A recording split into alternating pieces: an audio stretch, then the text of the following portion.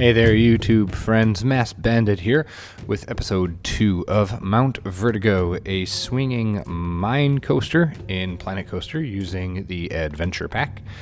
Glad you're back for episode 2.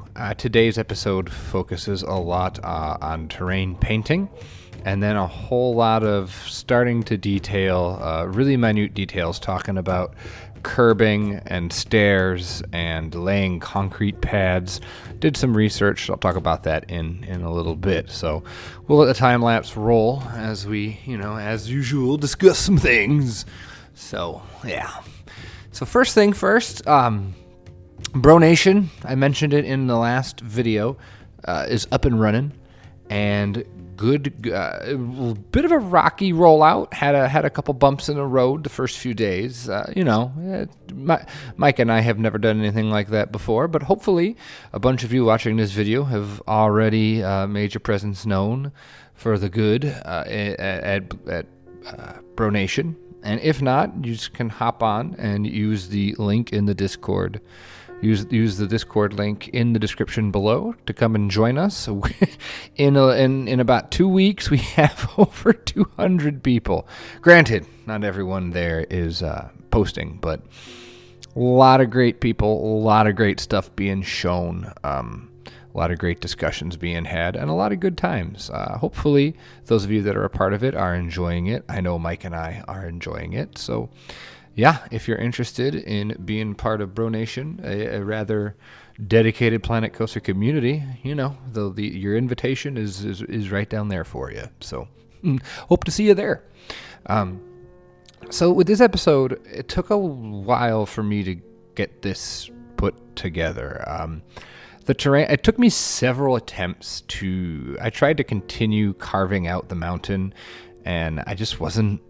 It took me forever. I tried 3 or 4 times recording this, and each time I just had to stop and say nope and walk away for a while and then come back to it. And I finally got something I liked, but then I forgot to record most of this terrain painting that I did.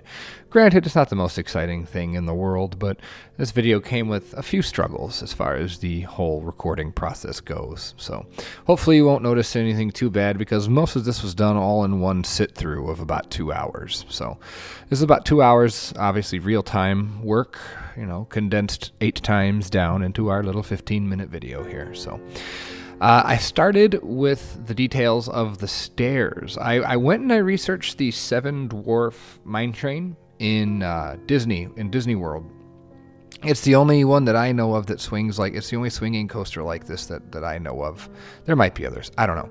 And one of the things is they have stairs on the lift, and they have stairs going down the lift, down the main drop as well in certain places. And one thing I noticed is where the track banks, on the inside of the bank, on the inside of the curve, they have a concrete kind of pad. And so that was one thing that I figured, if I'm going to really kind of make this something unique, I'm going to go ahead and do that. So that's what a lot of this episode is just detailing things like that.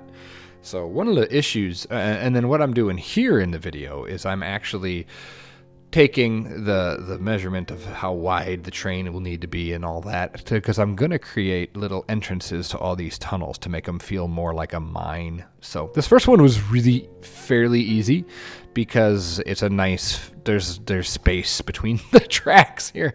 It was pretty straightforward just to put it in there. The hardest part with these is manipulating the terrain around them the way you want them to be. You can see here I jack it up big time. And I ended up, I think, just getting rid of it all. Or, no, I guess I do very, very carefully with a small brush and a medium intensity. Really try to just carve out a tunnel that's, so that nobody loses arms. I know that I know that there's not a lot of clearance in this. I'm aware. Deal with it, I guess, is going to be my response. I don't think it's too terribly close. I made sure there's enough headroom, and I made sure that it at least looked decent. Good enough, I guess, is what I want to do. And here is the first few rocks. Someone asked me in the video if I had plopped any scenery pieces of rocks, and that's the first one right there. Everything else is all terrain. It's all the voxel-based terrain. And again, that technique that Wings and Strings mentioned, high intensity, low brush size, and you can get some really nice. Not to mention the rock texture of the savanna or the grasslands that I'm using here. Fantastic textures. I really like them. One of the big struggles in this episode was this right here, the close call here between the lift and then the tunnel here.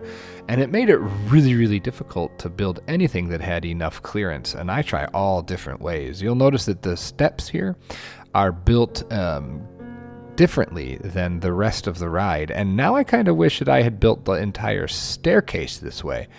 I'm probably not going to go back and fix it just because that's a lot of extra work for what, and considering I'm already well beyond, I don't really want to do that again. So, so yeah, this whole area here is actually the most of the video because it required the most tinkering, and this was actually one of those kind of fun problems to have. I don't know if you operate that way, but every once in a while you'll get stuck on a problem, and it's actually kind of fun to figure out a way to make it work. So first I tried roofs here, and I thought that might look good because, you know, this is supposed to be a man-made structure.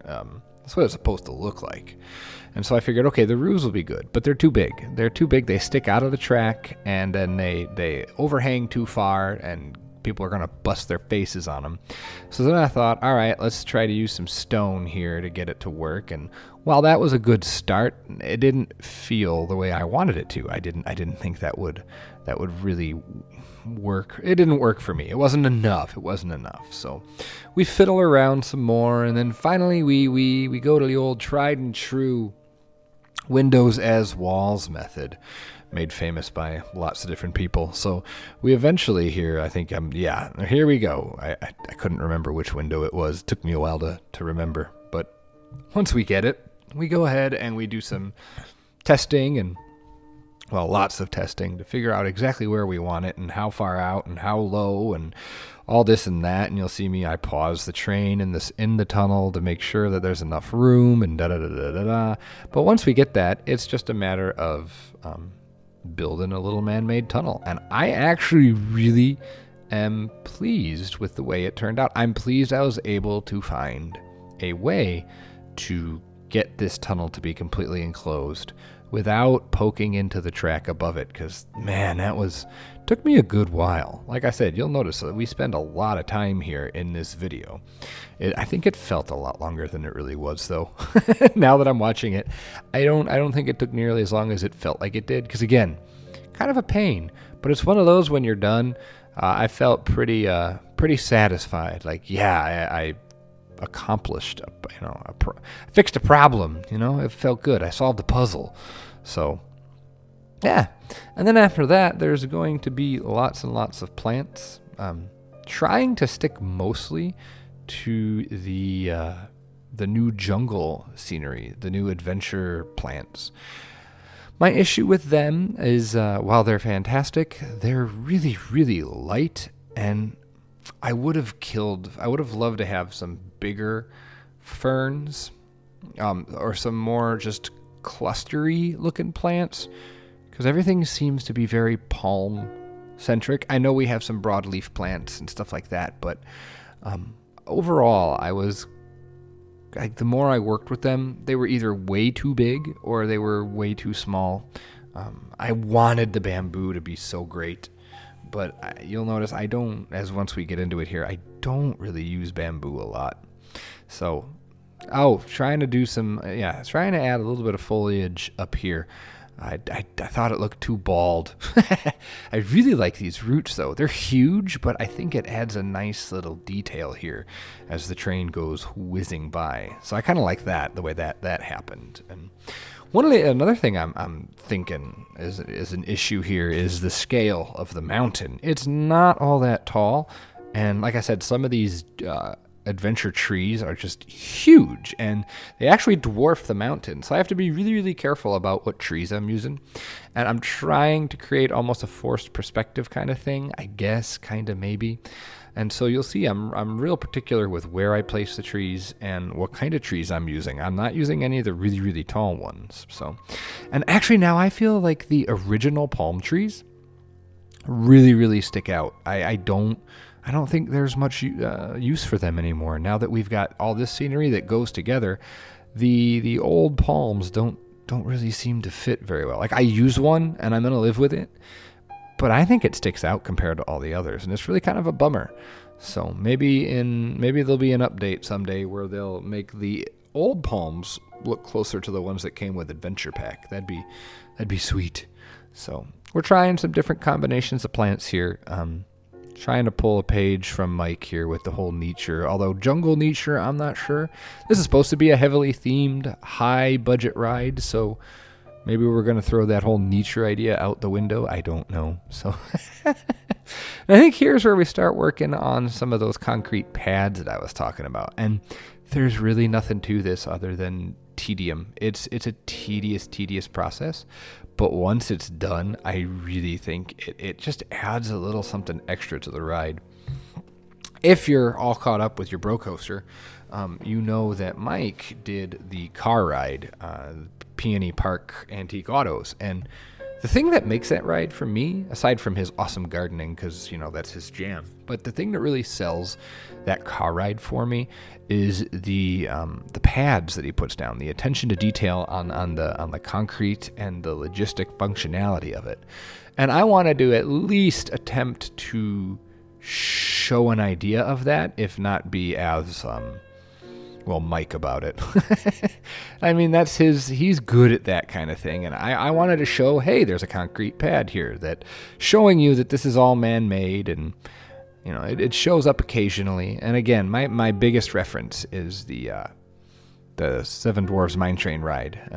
Watch a couple POVs just to kind of get an idea of how it goes. Mine is much, much slower, actually. And man, the stats on this thing are weak. I think it's a red excitement. It's like 2. And then the fear is a yellow because it's so tame. And the only thing that's green is nausea. So this is probably going to attract... Now see, I didn't look because I know some of the coasters won't attract kids. I wonder if this one... I'm sure some of you know. Does this coaster attract families or kids, or is it only teens and adults like the other coasters? I would hope not, because family, the Mine Train ride in Disney is a family coaster. All the rides in Disney are family oriented. That's the whole point. They're coasters, yeah, but they're not like coasters. So anyway, we get so steep here on this drop, I figured it would be a good idea to add some stairs. I don't know why they'd be there, though. I guess if the coaster ever valleyed and you needed to get back, you'd have to go up the stairs and then down the lift. I don't know. And is it a big deal that those stairs are on the opposite side of the lift? I don't know. Again, logistically, I'm kind of winging it here, and I like that it's there, but it might not be perfect. So if you're really, really into that, feel free to tell me what's wrong with it, but don't necessarily expect me to change it. So, yeah. So after this, it's a little bit more foliage and kind of dressing up the area, trying to make it feel a bit less like a freaking mountain in the middle of nowhere. Trying to make it feel more like a complete idea with the foliage. So... And then after that, we're going to have a couple adios cinematics. So I guess I'll do my sign off now. So thanks so much for watching. I hope you enjoyed. If you did enjoy, hit the like button, please. And if you haven't already, consider subscribing to the channel. It does mean a lot to me, and it really helps the channel grow and all that jazz that you hear every YouTuber say. You gotta say it, because maybe one of you, now that I said it, you'll do it. Right. Anyway. Thanks so much for watching episode 2 of Mount Vertigo. And have yourself a great day, great night, great whatever. And I'll see you for the next one. Take care, everyone. Bye-bye.